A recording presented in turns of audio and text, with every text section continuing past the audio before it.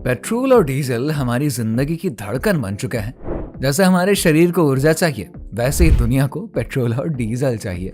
आपने भी कभी ना कभी तो पेट्रोल पंप पर लंबी लाइन में खड़े होकर ये सोचा तो होगा ही कि इतनी महंगाई के बावजूद ये लाइन खत्म क्यों नहीं होती है।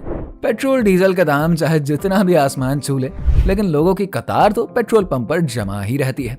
लेकिन क्या आप ये जानते हैं ये ईंधन आखिर आता कहां से है? समुद्र की गहराई से तेल निकालने का ये सफर जितना खतरनाक है उतना ही जरूरी भी है। ये एक ऐसा प्रोसेस है जो हमें दिखता नहीं, लेकिन पूरी दुनिया इसी पर टिकी है। आइए जानते हैं उन लोगों का ये काम जिनकी मेहनत से ये काला सोना हमारी दुनिया को रफ्तार देता है। कच्चा तेल समुद्र के नीचे की चट्टानों में छिपा होता है। इसे निकालने के लिए बड़ी बड़ी मशीनों और टेक्नोलॉजी की जरूरत पड़ती है, तो इसे तुरंत नहीं निकाला जा सकता। इसके लिए पहले वैज्ञानिक समुद्र के भीतर रिसर्च करते हैं और उस तरह के रिसर्च से ये पता लगता है कि कहाँ तेल के भंडार हो सकते हैं, क्योंकि अगर उनकी रिसर्च में थोड़ी सी भी दिक्कत हुई ना तो इसका सीधा खामियाजा हमारे रिसोर्सेज पर पड़ सकता है। साथ ही साथ उसमें लगे वर्कर्स की भी जिंदगी दांव पर लग जाती है। तो अब खास रिसर्च के बाद समुद्र के भीतर ड्रिलिंग करी जाती है। ये काम बेहद ही खतरनाक होता है, क्योंकि समुद्र के भीतर ड्रिलिंग के दौरान कई बार गहरे दबाव, टेम्परेचर या नेचुरल कैलामिटीज का सामना करना पड़ता है, जो कि कभी कभी उस माइनिंग में मौजूद लोगों के लिए काफी खतरनाक भी साबित होता हुआ नजर आया है। अब ड्रिलिंग के बाद तेल निकालने की प्रक्रिया को अंजाम देने की तरफ कदम बढ़ाते हैं। आपको बताते चले कि जब तेल का सोर्स मिल जाता है, यानी कि उस पर काम कर रहे रिसर्चर्स को यह पूरी तरीके से कंफर्म हो जाता है कि माइनिंग कहां पर और कैसे करनी है, तो वहां पर बड़े बड़े टूल्स का उपयोग करते हुए पाइपलाइन बिछाई जाती है। और इन पाइपलाइंस का मेन काम होता है जमीन के नीचे मौजूद कच्चे तेल को ऊपर लाना। तो ये मशीन समुद्र के नीचे से कच्चे तेल को ऊपर खींचती है। अक्सर ये दूरी काफी लंबी होती है, क्योंकि समुद्र में पानी की वजह से इसकी गहराई भी ज्यादा होती है। वहीं ये प्रोसेस बहुत महंगा भी होता है और इसमें कई साल लग जाते हैं। भारत में मुंबई के पास समुद्र में ONGC का प्लांट इस काम में काफी आगे है। ये देश का सबसे बड़ा ऑयल प्रोडक्शन प्लांट है, जहां से बड़ी मात्रा में कच्चा तेल निकाला जाता है। तो अब समुद्र से निकाले गए कच्चे तेल को पेट्रोल, डीजल, केरोसिन और दूसरे पेट्रोलियम प्रोडक्ट्स में बदलने के लिए लंबी और कठिन प्रक्रिया अपनाई जाती है। सबसे पहले इसे रिफाइनिंग प्लांट्स में ले जाया जाता है, जहां पर तेल को अलग अलग चरणों में गर्म करके उसमें से अलग अलग प्रोडक्ट्स निकाले जाते हैं।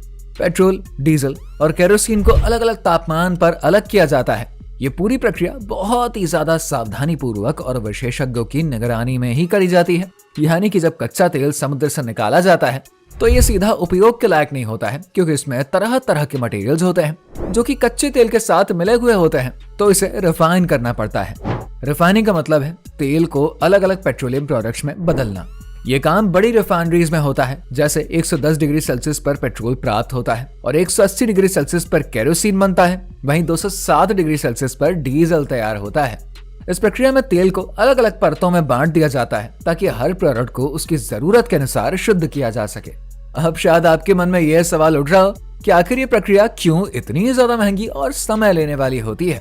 तो आपको हम बता दें, कच्चा तेल निकालने और उसे रिफाइन करने में लाखों करोड़ों का खर्च आता है।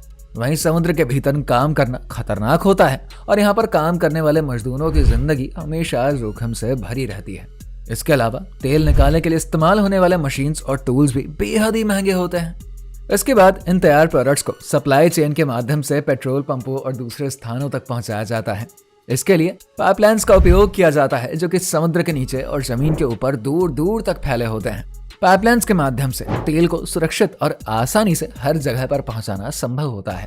तेल को रिफाइन करने और सप्लाई करने के दौरान कई तरह की जहरीली गैसें यानी कि टॉक्सिक गैसेस और खतरनाक केमिकल्स निकलते हैं, जो कि वर्कर्स के लिए जोखिम भरे हो सकते हैं। इसलिए इस प्रक्रिया में काम करने वाले लोगों को विशेष सुरक्षा उपाय अपनाने होते हैं। इन कर्मचारियों को खास ट्रेनिंग दी जाती है ताकि वो किसी भी आपातकालीन स्थिति से निपट सके। समुद्र की गहराई से तेल निकालने का काम किसी युद्ध से कम नहीं होता है। ये एक बेहद ही चुनौतीपूर्ण और जोखिम भरा प्रोसेस है। इसमें जो मजदूर काम करते हैं उनका जीवन हर पल खतरे से भरा होता है। ये श्रमिक समुद्र के बीचों बीच स्थित ऑयल रिग्स पर होते हैं, जहां ना तो उन्हें आराम की ठीक ठाक सुविधा मिलती है और ना ही कोई पर्सनल प्राइवेसी का मौका मिलता है। इन रिग्स पर काम करने के लिए उन्हें महीने में 15 से 21 दिन समुद्र में बिताने पड़ते हैं। इसके बाद ही वो अपने घर वापस जा सकते हैं। ऑयल रिग्स पर काम करना आसान नहीं है। यहाँ पर हर कदम सावधानी से उठाना पड़ता है, क्योंकि जरा सी भी चूक बड़े हादसे का कारण बन सकती है।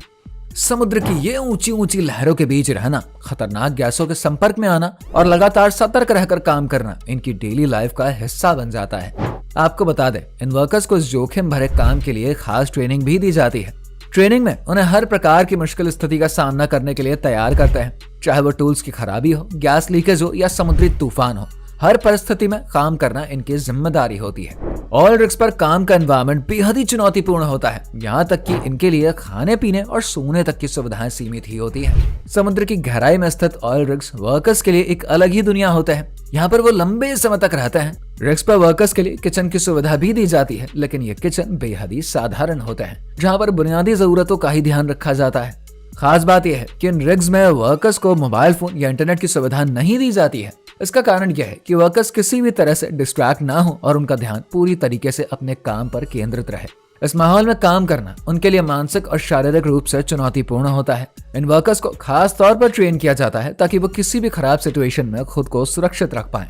अगर वह पानी में गिर जाए तो उन्हें अपनी जान बचाने के लिए सभी उपाय पता होते हैं। इन ट्रेन वर्कर्स का काम बेहद ही महत्वपूर्ण है। वो अपनी जान की परवाह किए बिना समुद्र की गहराई से तेल निकालते हैं ताकि वो हमारी जरूरतों को पूरा कर सके। लेकिन तूफान और संकट की घड़ी तो कभी भी आ सकती है, जिसका एक नमूना हम साल 2018 में देख चुके हैं। जी हाँ, साल 2018 में ओएनजीसी के प्लांट पर आए भयानक तूफान ने भारी तबाही मचाई थी। यह तूफान लगभग 200 किलोमीटर प्रति घंटा की रफ्तार से आया था और समुद्र में 30-35 मीटर ऊंची लहरें भी उठ रही थी। इस भयावह स्थिति ने वहां पर काम कर रहे 800 से भी अधिक लोगों को संकट में डाल दिया। समुद्र में फंसे इन लोगों के लिए यह पल बेहद ही डरावना और संघर्षपूर्ण था। तूफान की तबाही इतनी अधिक थी कि कई लोग लापता हो गए और कई ने अपनी जान भी गंवा दी। हालांकि इस कठिन समय में हेलीकॉप्टर की मदद से सैकड़ों लोगों को बचाया गया, लेकिन इस हादसे ने एक बार फिर यह साबित कर दिया कि समुद्र में काम करना कितना जोखिम भरा और चुनौतीपूर्ण है। वहीं समुद्र के ऐसे खतरनाक हालात में काम करना केवल शारीरिक नहीं बल्कि मानसिक रूप से भी बेहद ही कठिन है।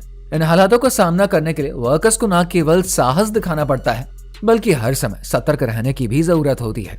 इन श्रमिकों की मेहनत और उनके काम की जटिलता को देखते हुए उन्हें हर महीने 15 दिन काम करने के बाद 15 दिन की छुट्टी दी जाती है। इन छुट्टियों में वो अपने परिवार के साथ समय बिताते हैं और फिर खुद को समुद्र में जाने के लिए मानसिक और शारीरिक रूप से तैयार करते हैं।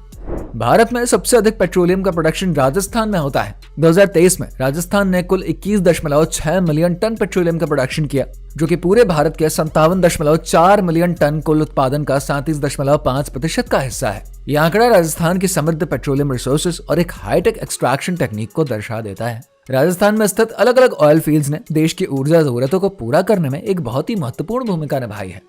इस हाई प्रोडक्शन ने न केवल घरेलू मांग को पूरा किया है बल्कि पेट्रोलियम के एक्सपोर्ट में भी बड़ा योगदान दिया है। राजस्थान का यह महत्वपूर्ण योगदान भारत की ऊर्जा सुरक्षा को मजबूत बनाने में सहायक साबित हो रहा है। तो कैसी लगी आपको यह पेट्रोल और डीजल बनने की दिलचस्प जर्नी? कमेंट करके जरूर बताइए। ऐसी ही दिलचस्प वीडियोस को देखने के लिए हमारे चैनल को सब्सक्राइब जरूर करिए।